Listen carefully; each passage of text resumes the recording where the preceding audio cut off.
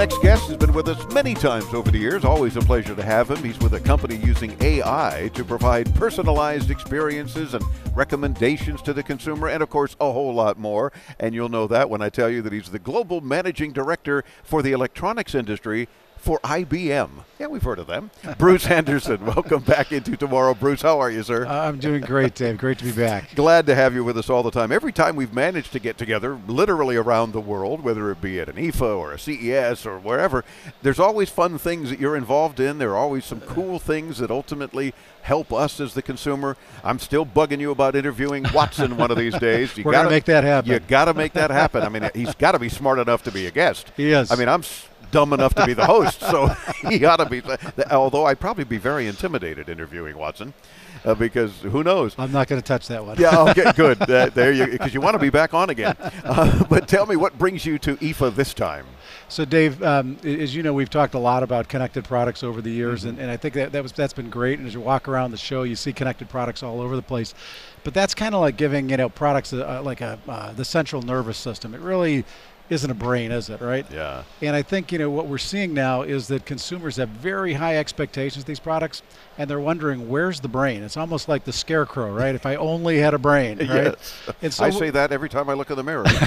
Beside the point. But and so we've now, and I know you did a great show for us from Munich at the Watson IoT Center opening, so thank you for that. New world headquarters, right? It Watson is. IoT. It is, and so more and more of the consumer electronics companies now are trying to give their products a brain, and they're figuring out that that's not that easy of a thing to do.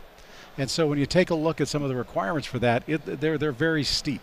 And so you have to have an AI, or as we like to say, augmented intelligence, that really helps the consumer, something that can be personalized for the consumer, something that starts to make recommendations, so it's very proactive, but then also something that's very portable. Because you think about it, if you've got one device in your kitchen, one device sitting down in your laundry room, one device up in your bedroom, do you really want to train each device every single time, right? Yeah. I mean, it's nice when they talk to each other and communicate and play nice together, but yeah, you don't want to go through everything all over again. Exactly, right? And so when we think of Watson, we think of the big brain, right? And we think of all the information from the world that's been ingested, and when you bring your personal knowledge and your personal habits into that equation, now consumer devices can even increase the value proposition more. Nice. And that makes this whole world of IoT, the Internet of Things, we've talked over the years, I've been since the beginning, I thought, what a dumb name, but we have to live with it now.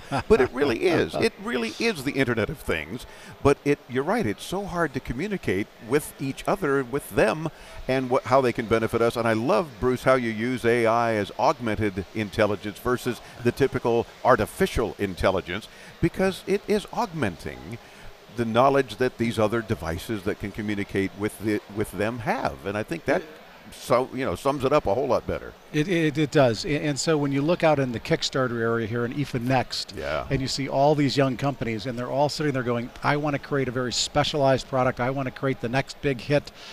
My advice to them is very simple. Make sure your product has a brain, and make sure that brain is not someone from kindergarten, because if you look at voice control, that's kind of like the baby brain, right? I mean, yes, you have to do it, but when you're born, you can barely talk, right? That's true. And when you've got a master's degree or a PhD or whatever you have, you can really talk, right? Because you know a lot. You've got a lot of experience. And that's really where Watson comes in.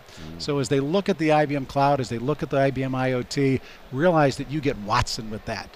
You don't get just some baby AI. You get the real thing. And that's awesome. So, of course, you and your team, talking with some of these startups here, have got to be giving them hope now.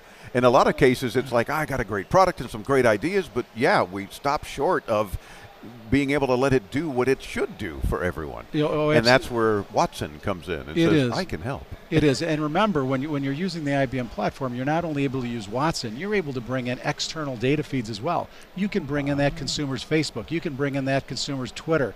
All sorts of different data feeds that we make easily available for the people who are in these Kickstarter modes to really start to use the platform. Or if you're a big company, like Panasonic or someone like that, who was with us at CES with their Magic Mirror, that was using the Facebook feeds, the Twitter feeds. That's the kind of stuff that you can do on the IBM Cloud using Watson IoT, using Watson. Nice. And I'm loving the Watson TV commercials. You know, really creative things between the airplane and other things, and it's like it's awesome. It's what Watson does. Yeah, I was going to ask if you watched the Super Bowl because I thought it was really interesting. So I only watch the commercials. So So one AI said, "Hey, don't get off the couch. Just order your groceries from the couch." Interesting. Yeah. Another AI said, "Wait, let me change the temperature." And then IBM came on and said, "Let me do your taxes." Yeah. And a little different, you know. And everybody was, what? Huh? Yeah. Wait, what? And that's awesome. Now, something else you and your team are involved in these days as well is the thing known as blockchain. Yeah, we are. Now, for our audience that is not quite familiar with that, give us a quick rundown about blockchain, and then let's talk about what you guys are doing with it. Yeah, you know, we live in an ecosystem world, Dave. A lot of companies have to collaborate. They have to move information back and forth. And, you know, it started out paper. It eventually got electronic, but it's still a lot of information flying around. So it's very hard to, like, keep all that straight.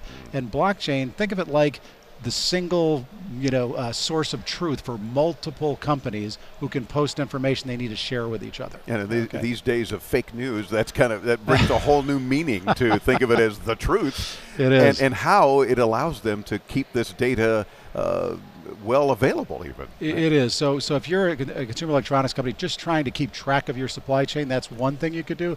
But more importantly, as you work with your customers, especially digital content, who have you licensed that digital content to? You could store all of that in a blockchain. Who has the right to use certain features in my very sophisticated product? You could store all of that in a blockchain and start to use that as part of your operational system. So you could ship one version of your product and then turn on and off different features using blockchain. So now that makes sense for us as consumers to get the big picture, because a lot of people have called us and said, okay, it almost sounds negative, like we're blocking a chain of supply or something. No, it's not at all that. Whoever came up with that name, not sure, but that's why the confusion, I think, from a consumer standpoint. Yeah, more and more product features are now in software, which can be turned on and off and modified. So it's very important that that you and your supplying consumer electronics company are in sync on what it is you want to use from them. Yeah, and how it benefits electronics, especially for us consumers. And just think of the savings you can have in not having all that record keeping be manual and having a perfect record of everything that you are entitled to from your consumer electronics company. It's only been a dream up to now for a lot of companies and people, but it's reality. It is. And at IBM, we've actually been a major player in open source around blockchain. So we've provided the Hyperledger into the open source community.